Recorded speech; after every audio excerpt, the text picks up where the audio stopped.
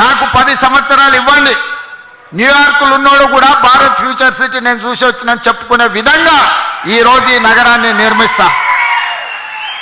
రేపు పొద్దుగాల మీరు గొప్పగా ఎక్కడుంటావు నువ్వు, నీ ప్రాంతం ఏది అంటే నాది భారత్ ఫ్యూచర్ సిటీ అని మీరు చెప్పుకునే విధంగా దీన్ని తీర్చిదిద్దే బాధ్యత మా ప్రభుత్వం తీసుకుంటుంది, నా సహచర మంత్రివర్గ సభ్యులు తీసుకుంటారు.